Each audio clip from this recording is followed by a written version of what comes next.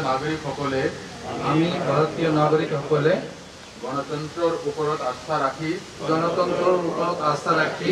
ইয়াৰ দ্বাৰা আমাৰ দেশখনৰ গণতান্ত্ৰিক পৰম্পৰা আৰু মুক্ত স্বচ্ছ তথা শান্তিপূৰ্ণ নিৰ্বাচনৰ মৰ্যাদা অটুট ৰাখিবলৈ আৰু প্ৰতিটো নিৰ্বাচনতে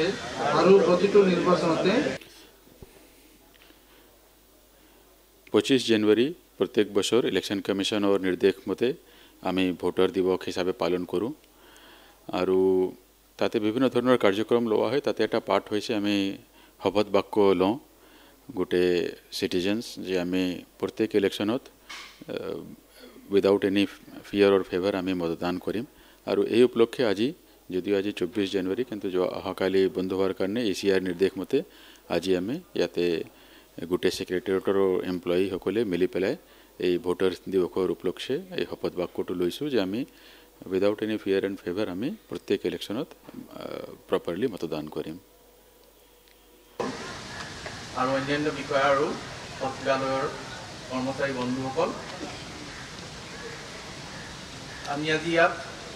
ৰাষ্ট্ৰীয় ভোটাৰ দিৱসৰ শপত বাক্য ল'বলৈ আমি সমবেত হৈছোঁ। আচলতে ৰাষ্ট্ৰীয় ভোটাৰ দিৱসটো 25 জানুৱাৰী, কিন্তু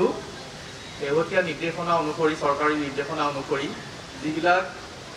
ষ্টেটত 25 জানুৱাৰীটো এটা বন্ধ দিন হিচাপে পালন কৰা হয়, সেই ষ্টেটবিলাকত আজি দিনটোত এই ৰাষ্ট্ৰীয় ভোটাৰ দিৱস উদযাপন কৰিবলৈ নিৰ্দেশ কৰা হৈছে। আৰু আমি সকলোৱে জানো যে 1950 চনৰ 26 জানুৱাৰীত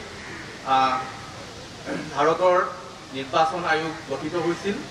আৰু 1911 চনৰ 26 জানুৱাৰীৰ পৰা এই দিৱসটো আমি ৰাষ্ট্ৰীয় ভোটাৰ দিৱস হিচাপে পালন কৰিছোঁ। আৰু বিশেষকৈ আমি